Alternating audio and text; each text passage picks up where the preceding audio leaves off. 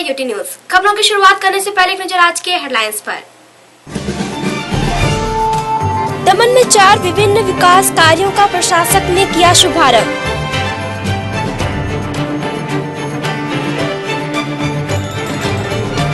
और वापी में निःशुल्क नेत्र जांच शिविर का हुआ आयोजन।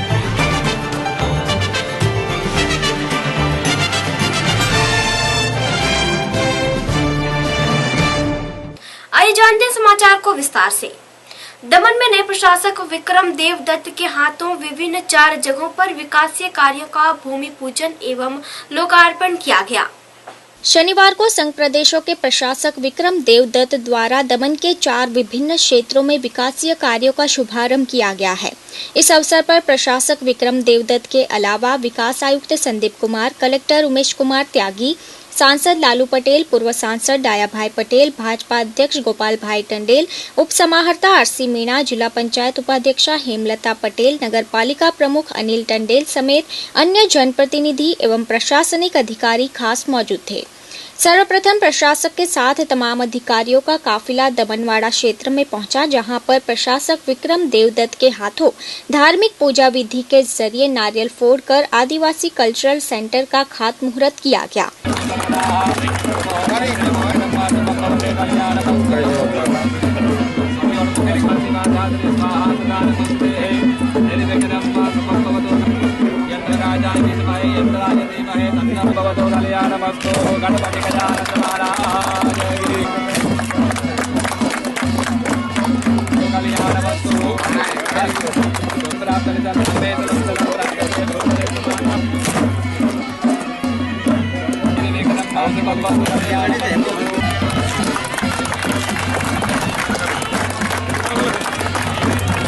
जिसके बाद मगरवाड़ा क्षेत्र में 12 MLD वाटर सप्लाई स्कीम का भी प्रशासक ने विधिवत रूप से खातमुहूर्त किया।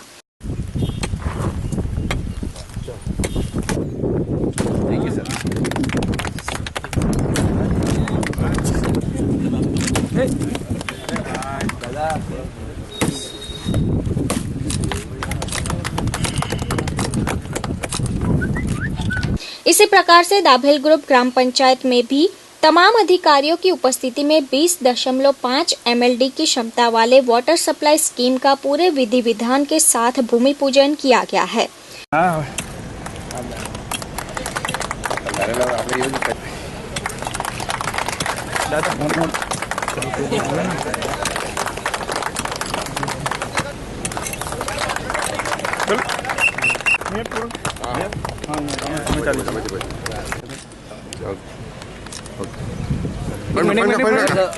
ओके चल बन जा रही है।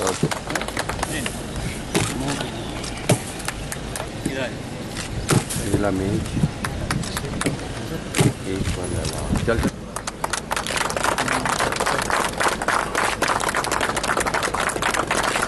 अंत में दमन की सरकारी पॉलिटेक्निक कॉलेज में नवनिर्मित civil and chemical engineering building का प्रशासक विक्रम देवदत्त के हाथों लोकार्पण करते हुए उसे जनता को समर्पित किया गया। साथ ही प्रशासक के साथ तमाम अधिकारियों ने भी इस बिल्डिंग का निरीक्षण करते हुए जानकारियां हासिल की।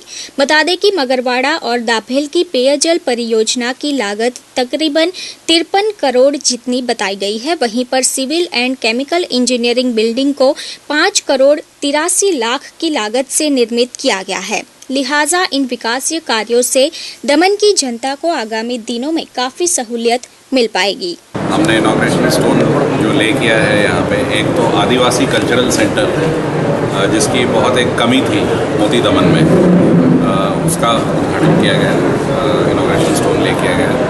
और इसमें ख़ास बात यह है कि एक 250 सीटिंग कैपेसिटी की एक कॉन्फ्रेंस रूम की व्यवस्था है, जो वेरियस कल्चरल इवेंट्स के लिए आगे आने वाले समय में मेरा विश्वास है कि बहुत अच्छी तरीके से दमन के लोग इसका उपयोग करेंगे, और ख़ासतौर से आदिवासी समुदाय के लोग। और इसके अलावा जैसे कि आपको जानकारी है कि पानी की सप्लाई की समस्या जो है वो इन टेरिटरीज़ में रही है, ख़ासतौर से दमन में।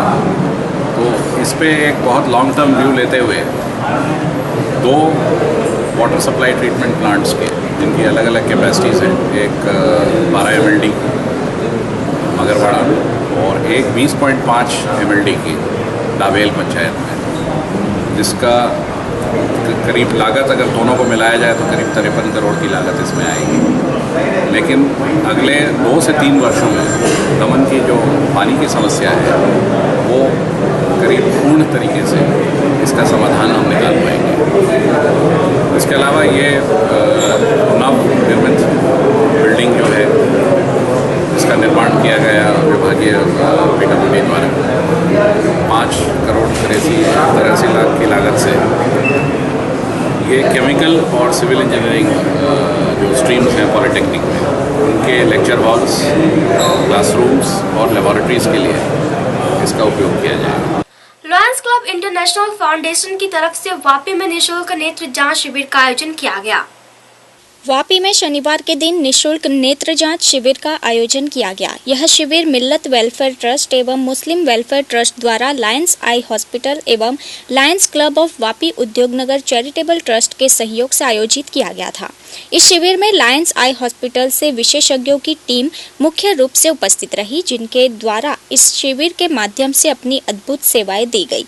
इस दौरान विशेषज्ञों द्वारा मौजूदा मरीजों के नेत्र की निःशुल्क जांच करते हुए उचित मार्गदर्शन भी दिया गया। साथ ही आवश्यकता के अनुसार कईयों को चश्मे का वितरण भी किया गया है। जहां शिविर में तकरीबन 300 मरीजों के नेत्र जांच करने का लक्ष्य रखा गया था, जिससे मुस्लिम जमात के सहयोग से पूर्ण करने का प्रयास किया गया।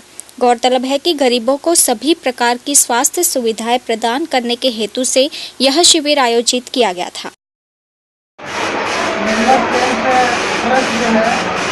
हम सब यहाँ के लोकल लोगों ने मिलकर ट्रस्ट बनाई है। उनका काम करने का मंशा सिर्फ एक है कि गरीबों को मेडिकल की सहायता मिले, और उसके लिए हमने ये टावर के अंदर फुल टाइम डॉक्टर भी रखा है। डॉक्टर यास्मीन करते हैं, वो गरीबों को फ्री में दवाइयाँ देती है, उसका बिलिंग ट्रस्ट देती है, मेडिसिन भी दी जाती है, चेकअप भी किया जाता है।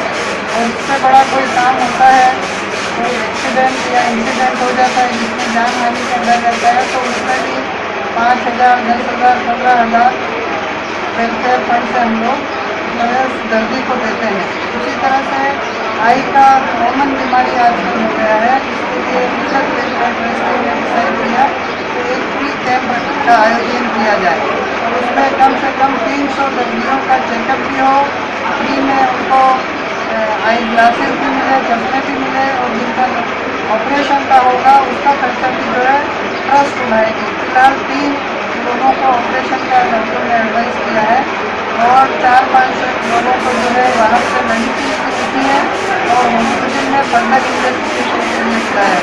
मिल्लत वेलफेयर फ्यूचर के लिए विश करती है कि न सिर्फ आई से बल्कि दूसरे भी बहुत सारी बीमारियाँ जो है, कैंसर है, हार्ट से रिलेटेड है, और निमोनिया है, बुखार है, ऐसी दवाइयों के भी कैंप रखे, डायबिटीज के भी कैंप रखे गए, ताकि सब गरीबों को उसका फ़ायदा हो। और उसमें जो कॉन्ट्रीब्यूशन होता है उसका उन्होंने मंथली फीस फिक्स कर रखी है। इसके अलावा जो डोनेशन करना चाहता है डोनेशन करे। इसी तरह मुसलमानों का जो ज़कात का फंड होता है उसमें भी लोग उसका हिस्सा ले सकते हैं। मिल्लत वेलफेयर ट्रस्ट की ओर से जो आज पहला कैंप रखा गया है, आई हमारे प्रयास है एक नीचे से नीचा आदमी जो अपनी आँखों का इलाज नहीं करवा सके वो यहाँ आवे और अपनी आँखों का चेकअप करावे। और ये हमने 300 चश्मों का लक्ष्य रखा है। तो जहाँ तक मैं समझता हूँ कि हमारा 2 बजे तक का टाइम है, उसमें 300 चश्मा पूरा वितरण कर दिया जाएगा। और काफ़ी दर्दियों ने यहाँ का लाभ लिया। यहाँ दोनों चीज़ रखा है, चेकअप कर रहे हैं, चेकअप के बाद वो चश्मा दे रहे हैं। इसके अलावा जो दर्दी ऑपरेशन नहीं करवा सकता है, हमने यहाँ से 3 दर्दी का यहाँ नाम लिखा है, जिसका ऑपरेशन वो मिल्लत वेलफेयर ट्रस्ट की ओर से जॉइन किया जाएगा। और उनका जहाँ ऑपरेशन होगा वो हम डेट बता के उनका ऑपरेशन करवाएंगे, और वो अपना आँखों से देख सके। वो अपना 2 दिन घर खर्च नहीं चला पाता, खाने का उनका पास पैसा नहीं है, उसका हम लोग ऑपरेशन करवाने उसका पूरा खर्चा वो मिल्लत वेलफेयर ट्रस्ट वो आपस में बांट के करते हैं। और आगे भी हम ऐसा प्रयास रखेंगे। आइए ब्यूटी न्यूज इंडिया में देश विदेश की अन्य खबरों पर डालते हैं एक नजर।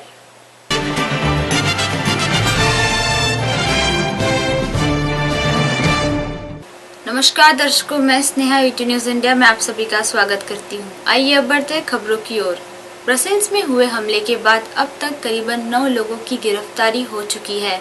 आतंकवाद के खिलाफ यूरोपीय अभियान के दौरान बेल्जियम की पुलिस ने एक संदिग्ध को मार गिराया, जबकि एक अन्य को गिरफ्तार भी किया है। संदिग्ध को पैर में जख्म के बाद गिरफ्तार किया गया। पुलिस के मुताबिक ब्रसेल्स में हमले के बाद करीबन 9 लोगों की अब तक गिरफ्तारी हो चुकी है, लेकिन एयरपोर्ट और मेट्रो के वीडियो में कैद दोनों आतंकी अब भी पकड़ से बाहर है। वहीं इस मामले के तहत पुलिस की छापेमारी जारी है। पश्चिमी उत्तर प्रदेश में खून की होली। पश्चिमी यूपी में 43 की मौत जबकि 200 से अधिक लोगों के घायल होने की खबर है। पश्चिमी उत्तर प्रदेश में होली में रंग के साथ खून भी बहा। विभिन्न हादसों और घटनाओं में मेरठ, बरेली और आगरा क्षेत्र में 43 लोगों की मौत हो गई, जबकि 200 से अधिक लोग घायल हुए। सबसे भयानक हादसा बुलंदशहर के सिकंदराबाद में हुआ, जहां होली मेले से लौट रही टाटा मैजिक को एक ट्रक ने रौंद डाला।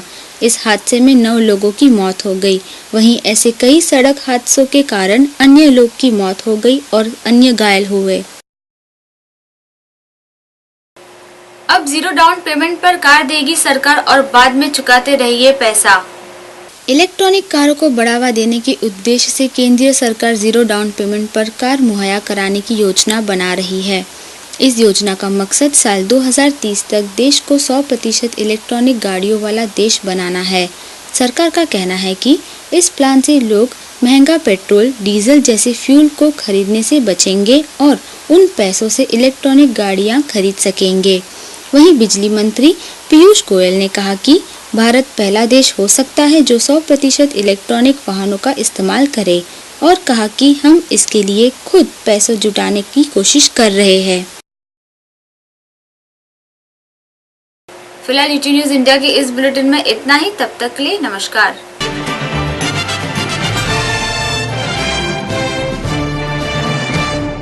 समाचार समाप्त करने से पहले एक नजर आज के हेडलाइंस पर।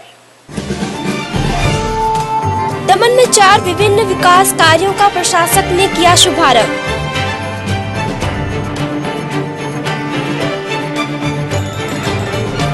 और वापी में निःशुल्क नेत्र जांच शिविर का हुआ आयोजन।